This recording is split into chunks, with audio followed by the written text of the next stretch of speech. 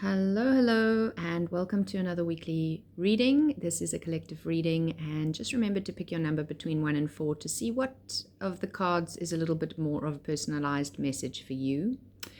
I have two personal stories to share here. The one is these beads that are strewn on the vignette I'm doing today are beads from a mala that I made, a crystal mala bead, which is 108 beads that I made a decade ago. And this eclipse season, I've been speaking into the fact that we just had the last Taurus eclipse that ended the Taurus Scorpio cycle, which started in November 2021. And it was very much about, it's a fixed axis, so stubborn, kind of difficult stuff for us to release. And personally, it was a very intense one for me. And what's funny is all those years that I had this strung on nylon fishing gut, there was only one time when my son pulled on it and it broke, and then I restrung it. And now, just during this last eclipse, I, in such a ridiculous way, managed to hook it climbing into the car and broke it. And it just dawned on me this very morning that I cannot restring this. These beads are done with me. I can use them in other ways. I can repurpose them. I can honor them. They are crystals, so that works very much into the crystal sort of paradigm, is that, you know, they've worked so hard for me for a decade, holding things for me and with me, and now it's time to let them go. And this is exceptionally hard for me. I'm very attached to this this piece that I wore so often. So this is for me very symbolic. And my Instagram post today, if you go and check out Instagram, my Instagram post today is very much speaking into symbolism and the language of symbolism. And then I prepare my Instagram posts in advance. And then today I just had this as such a clear, intuitive hit that even though I still feel the resistance to it, fixed earth Taurus in my body, I am releasing these beads from being a necklace around my neck. So that was one thing I wanted to share in terms of sometimes the symbol for the release is something that might to other people seem small, but to you has great value. So symbolism is a very personal thing as well as a collective language. And then as you can see, this little wet puddle here of copaiba oil. I wanted the copaiba oil today because the energy of the crystals and the oils that I put out helps to send that out to whoever watches the reading, that they get the energy and essence of those things. And this is the second oil that I have spilled all over the table, which is a very grounding oil. The previous one was patchouli, and this one is copaiba. And the lid is sealed, so goodness knows how it seeped out. But I don't mind, because I massage that earthy copaiba oil into my wooden table, and it infuses my house with that smell. And so that's another lovely way to use essential oils and allow the grounding to happen, because copaiba has this beautiful, I always sort of feel it's like a clean scent, even though it's a very grounding scent. The pink pepper is going to bring back a little bit of pep in our step, a little spice, because we've just gone through this big eclipse season. We also have Saturn basically not moving all week as he prepares to station direct at the end of the week. And we have obviously to process the energy of the eclipse that's just occurred. And then one of the other things that I want to point out is that we have Mercury and Mars meeting up in Scorpio, which also is preparing us for the Sun meeting up with Mars in Scorpio next month. And so the Scorpio energy feels very, very present in this reading. And remember, Scorpio is the opposite sign to Taurus, where we just had the eclipse. So where the moon was in Taurus, the sun has been in Scorpio. So pick your number. Oh, I've also just brought in, oh, you can't see it on that side without me showing you the cards. I've brought in some fluorite as well, which is very balancing, which is very perfect when you see the reading. So pick a number and let's dive in. There's the big picture for the week, and that last card is all about balance. So that is why I think the fluorite pick, before I pick the oils and things before I pick the cards. So it's always interesting to me as well how things show up. We start the reading with the Seven of Pentacles, and I think this is so important because we've just come off this Earth eclipse, Taurus eclipse, and this is an Earth card. And it's also kind of like just take a moment, just take a beat, pause, breathe, tune in, get grounded. That's a lot of the message of this card. But also, where are you putting your attention? Because where you focus, where you put your attention, what's that saying? Where your attention goes, grows. And so where you put your focus, attention, and intention is really important. And I feel like culminating a cycle, and remember we're straddling the line of 2 different eclipse cycles at the moment. Well, we have been, as they've transitioned. So we're in the Aries, Libra, newer axis, but we've just culminated the big Taurus, Scorpio one. So depending on which of those is more pertinent and prominent in your chart, you may have found that the new moon eclipse in Libra was more intense for you, or you may have found that the Taurus one and the Taurus-Scorpio axis that we've just completed was really intense. Or you may be like me and have planets in both those spaces and find they both bring you a message. And quite frankly, even if you have no planets, there will be lessons and messages for you. So this is saying, let's digest and process and understand what we've gone through as best we can to the level that we find ourselves at in this moment, because there is always more for any of us to learn and grow through. But, we also can't chase ourselves. These things are cyclical, and learning is cumulative. And that's a big lesson from Saturn, who's slowed down to station direct today. You don't learn everything all at once. You learn over time, by living life, by putting yourself into difficult situations, consciously and or unconsciously. And when we have these 7 of Pentacles moments, it's time to be grateful for what you do have, to look at what you have learned, to look at what you have built with your life and the decisions that you've made, and just to kind of consolidate. And I really feel like that's going to kind of bring us back in at the end. But first we have these 2 upside down cards. So we've gone from the 7 of Pentacles into the 6 of Wands. And I feel like the 6 of Wands and the Devil card, both upside down, have a really strong, I almost feel, have you heard that saying, a compliment sandwich? I almost feel like this week we've got a positive kind of message on the 2 outsides, like the slices of bread. And in the middle, we've got to deal with some truth bombs. And let me be honest, Scorpio is a brilliant sign to bring in the truth bombs. And the Devil is a brilliant card to eke out some scorpionic wisdom for us. And the 6 of Wands is, in its upright form, it's all about, yes, I've made it, I'm in the winner's circle. When it's upside down, there's a resistance to something. There is... And this is going to very much depend on your personality as well. If you're super competitive and you push people out the way in order to win, it could be to do with that.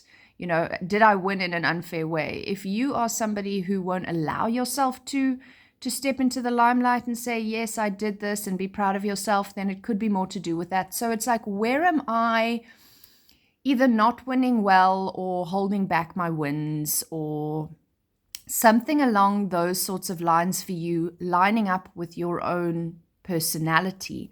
And then because the Devil is right there, I feel like a lot of it is, with the Devil card, sometimes it's like, what would you sell your soul for? Like if you really, really wanted success, for example, or you really wanted that win, how far would you go to get the win? And would you sell your soul? Metaphorically speaking, usually metaphorically speaking. So the Devil really links to things where he says, fine, I'll give you what you want. There is always a cost. With everything, there's a cost. If we are really on that career path and we are doing so amazingly, the cost might be that we don't watch our children grow up. If we are watching our children grow up, the cost might be that we don't have the career path. So there is a cost in everything. That is, and I mean, again, look at the card that brings in the balance. That is how life works. We cannot be 100% in everything that we have ever wanted to do at each time in our life, because there's just only one of us. We can't, it's impossible. So here, depending again on what you feel the 6 of Wands is pulling out in you, we then look to the Devil and go, well, what is it that I have overdone? What is it that what was the cost of that thing? And maybe here there's a resistance to accepting it. There can, between these 2 upside down, I'm feeling like that denial, that not wanting to own up to your own, not be accountable, which is interesting because then justice is bringing in some accountability. So it's bringing in the medicine for us of these 2 cards, where we don't want to, it's almost like we have to get really uncomfortable with the resistance. We have to get really like annoyed and almost painful what we haven't managed to achieve, or what we lost in order to achieve what we achieved, that it has to be so unpleasant for us. And again, that comes back to that fixed energy that we just eclipsed out of, that we then decide, actually, it's time. It's time for me to right the balance, to come back into balance, to find the justice, the fairness, because things that I have done to get where I've got have not been fair, either to me or to another or to a bunch of people. It depends on the situation. Again, symbolism is my theme this Monday that I'm posting this reading, and on Instagram, the post is about the symbolism. So I really want you to trust your own intuition with this. That's the thing. I'm the guide from the side. You're sage on your stage. You are the lead character in your life. You know what feels right for you. I can't tell you the answers to those things. That is where you go, okay, that is how it is impacting me. Especially when we're doing a collective reading, you have to kind of be part of the reading. You have to gauge what that means in your life. Because I'm not doing this reading for you. I'm doing this reading for us. And that also shows us that we are all connected, because everybody who finds this reading will find something in it for them that they needed to hear, that they needed to see, they needed to connect with. But not the entire reading in a very personal way, which gives you the opportunity to feel into it for yourself. What redresses the balance and brings things into a sense of fairness and justice for all at this time. So if you have been that underdog, you have been squashed by others, you haven't allowed yourself to shine, you have allowed yourself to be treated like a dog's body, then maybe to redress the balance, it's time for you to step up and say no more. And maybe that's scary because it means you have to leave a job or leave a relationship or some such. And that's terrifying, but that's how to redress the balance. And so you have to face that fear. If, on the other hand, you have been a really demanding manager at work, barking at everyone, pushing everyone around because you've had these deadlines, you felt the pressure, you've been absolutely adamant to get to the end goal, whatever that is for you, and suddenly you recognize that the cost has been burnout in your team, and to redress the balance, you now need to be accountable. You need to apologize. You need to say this has been too much, and you need to figure out how to make it up to them in that way. So again, those are just two examples of millions that it could be, but to show you two sides of a thing where you can be the one being put upon or the one putting upon, and for you to feel into that. And also you might find you are both. So let's say you're being treated terribly at work. You might find when you get home, you become dictatorial and all intense and not so great. You start behaving almost like the person's behaving in the other place in your life. Or perhaps you're having trouble at home and then you go to work and you behave like whatever was happening at home. You become the other side of that coin. So be open to looking at the dark stuff. I feel like this is a week, and the Scorpio energy that's coming through, and my newsletter that will be going out for next month is very in line with the Sun Scorpio meeting up. It's bringing out a big theme that is deep and it's dark, because Scorpio energy isn't afraid to go into the dark to pull it out to the light so that we can reveal what is toxic, reveal what is not working, and start to make the changes. That's assuming we want to fix the problem. And we don't always, or we do, but we're not ready. And that's okay too. So just meet yourself where you're at. We can't force ourselves to get out of difficult situations until we're ready. And I'm sure that everybody can relate to getting to a point in their life where they finally got out of something and then think to themselves, why didn't I do that sooner? But you weren't ready sooner. You're ready when you're ready.